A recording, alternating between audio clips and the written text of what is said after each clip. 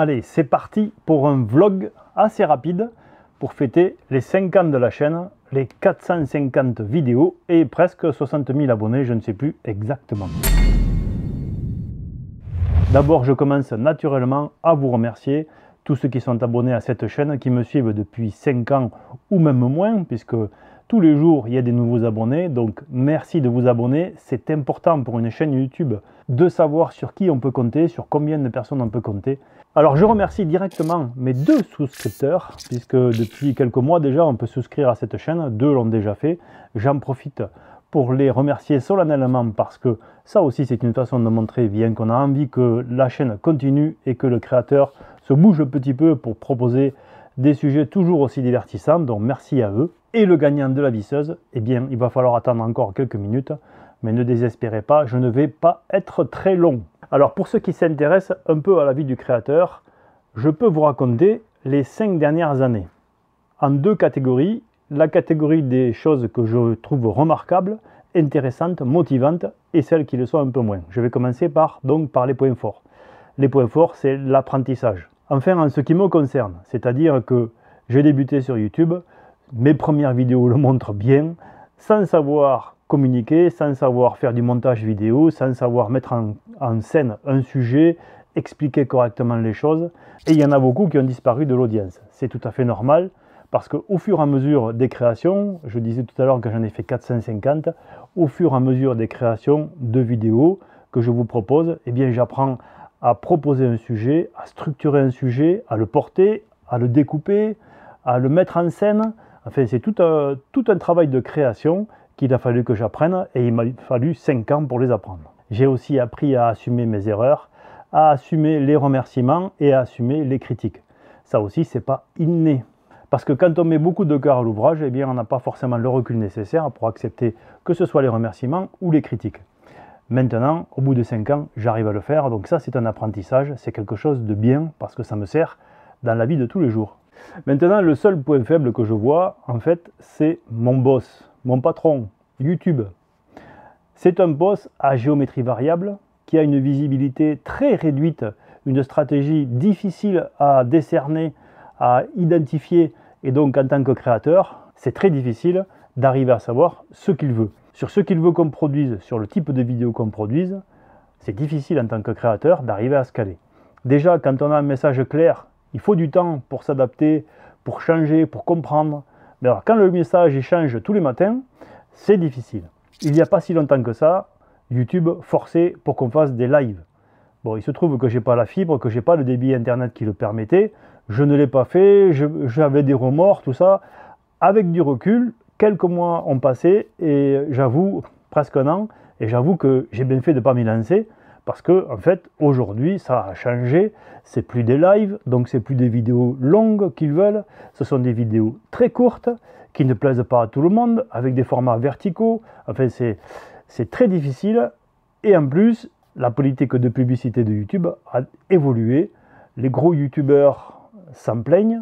Moi, je ne m'en plains pas, c'est pas ça la question, mais c'est que c'est incompréhensible. Il paraît que même quand on demande à ce qu'il n'y ait pas de pub, il y a de la pub sur les vidéos. Vous me direz si c'est le cas, mais normalement sur des vidéos inférieures à 8 minutes, on ne peut pas avoir de pub, il paraît que maintenant il y en a. En tous les cas, le créateur n'est pas rémunéré pour ses publicités, puisque moi je ne peux pas choisir d'en mettre sur des vidéos inférieures à 8 minutes. Alors j'ai fait une série de vidéos sur la consommation énergétique qui sont toutes inférieures à 8 minutes. Donc normalement à l'intérieur, il n'y a pas de pub. Il y a des pubs avant, après, mais pas au milieu. Et quand je publie des vidéos, si je ne fais pas attention, sur des vidéos de 20 minutes, eh bien YouTube va placer 7 ou 8 pauses publicitaires. J'en enlève les 3/4, il la place pas forcément là où il faut, enfin c'est un bazar indescriptible. Ce qui fait que ça c'est quand même un gros point faible en tant que créateur, qui passe beaucoup de temps, qui porte les sujets, qui amène les sujets, qui les bâtit, qui les diffuse, qui mouille la chemise, pour un patron qui en fait, et dans un commentaire j'ai mis... Je parlais de patron, je parlais de boss en parlant de YouTube et on m'a dit mais c'est pas ton boss. Et bien, en fait, si c'est mon boss parce que c'est assez brutal ce que je vais dire, mais c'est quand même pour lui que je travaille. C'est lui qui définit si ma vidéo elle va être publiée ou pas. Il y a déjà beaucoup de critères à satisfaire pour pouvoir publier une vidéo sur YouTube. Je parle des sujets, je parle de la façon de les porter, du vocabulaire, etc. Il y a tout un tas de choses qui sont interdites. Donc déjà, ça limite. Mais en plus, si votre vidéo n'est pas un support optimum pour la publicité, il y a de grandes chances pour que ça ne soit pas publié ou pas mis en avant. Donc vous aurez travaillé pour rien, parce que la vidéo qui devrait être utile à beaucoup de gens, puisque c'est le but de ce que je fais, être utile, eh bien en fait elle reste au panier. C'est un peu comme une bonne idée, vous la prenez, vous l'écrivez sur un papier, vous la froissez, l'idée, vous la mettez dans la poubelle, ben vous allez voir, il ne va rien se passer. Bon là c'est un peu le cas. C'est quand même donc assez compliqué de travailler dans ces conditions-là. Mais pour moi, il y a une grosse mutation à venir. Je ne suis pas un spécialiste, je ne passe pas ma journée à ça, même si je suis envahi de messages de YouTube me disant fais ci, fais ça, regarde ci, regarde ça, les statistiques de ça, les trucs de machin. Bon, je regarde un peu, j'ai essayé de m'y intéresser, ça a fini par me prendre la tête, donc au bout d'un moment je ne le fais plus, je fais ce que j'ai envie de faire. C'est mon avis personnel, mais vouloir copier TikTok et Instagram, c'est un mauvais choix.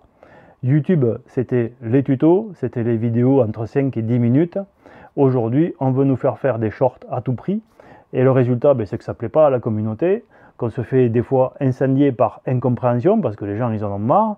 Mais il suffit de regarder la page d'accueil de YouTube et de voir qu'en fait, la première chose qu'on propose, c'est des shorts.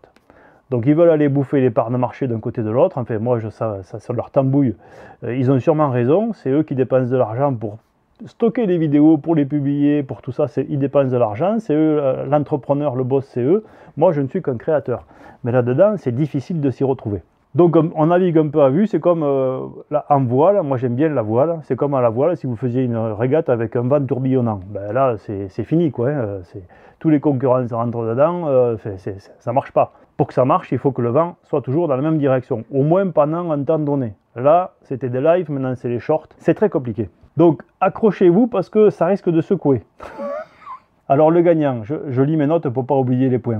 Le gagnant de la visseuse à choc qui m'avait été envoyé pour vous faire une vidéo. Donc ce gagnant, il doit s'incruster quelque part par là parce que la vidéo, je la tourne un petit peu avant la fin du mois. Je vais rajouter en incrustation son nom. Donc c'est un abonné qui a laissé un commentaire, les règles étaient simples. Et je ne sais pas si j'aurai d'autres machines à vous proposer parce que là, je l'ai fait de façon un petit peu imposée par rapport à la marque. En principe, les marques, elles n'aiment pas trop ça, vu qu'elles envoient des machines en espérant que la machine sera vue dans plusieurs vidéos. Là, en l'occurrence, elle aura été vue dans une vidéo et je vais la donner. Donc je pense que cette marque ne me renverra pas de machine, mais je me trompe peut-être. À propos des marques, donc vous avez peut-être vu dans les vidéos précédentes, j'ai fait du ménage dans mon placard à outillage, parce que les machines sont tombées en panne. Si ce n'était pas les machines, c'était les batteries. Bon, ça n'a pas été remplacé, du coup j'ai changé. Ce qui veut dire que le matériel se renouvelle. Après, c'est difficile pour moi de faire cadeau d'une machine qui a déjà servi. Donc il faut que je fasse cadeau d'une machine qui n'a pas servi. C'est peut-être un cadeau empoisonné, je ne l'ai même pas démarré, je ne l'ai pas essayé. Je vais essayer de la tester quand même avant de l'envoyer. Mais si je vous envoie une machine comme celle que j'avais avant et puis qu'au bout de 3 jours elle tombe en panne, vous n'allez pas trouver que c'était un cadeau si intéressant que ça. Alors je réfléchis à un nouveau projet, un projet personnel qui va donc me prendre du temps l'année prochaine. Je pense au moins l'année prochaine. C'est un projet dans le domaine du bois. Pour l'instant, je ne peux pas vous en dire plus. Je ne veux pas créer de pseudo-énigmes ou non, il ne s'agit pas de ça, mais je ne peux vraiment pas en parler parce que je suis en train de le lancer. Donc peut-être que je communiquerai en début d'année prochaine sur ce projet. Tout dépendra de la façon dont ça va évoluer. Je voulais faire court, j'espère que j'ai fait court, j'espère que vous êtes encore là. En tous les cas, je renouvelle mes remerciements à tous ceux qui s'abonnent, à tous ceux qui regardent mes vidéos, même s'ils ne les regardent pas tous, parce que mon domaine de bricolage est quand même très diversifié et que tout le monde n'est pas aussi curieux que moi, ça je le conçois. Je remercie mes 2 souscripteurs et je vous donne rendez-vous dans un prochain épisode de bricolage qui ne devrait pas tarder, puisque ça c'est un vlog et ça va tomber dans la semaine. Allez, à très bientôt donc pour un nouvel épisode et d'ici là, soyez curieux, soyez prudents et bricolez bien.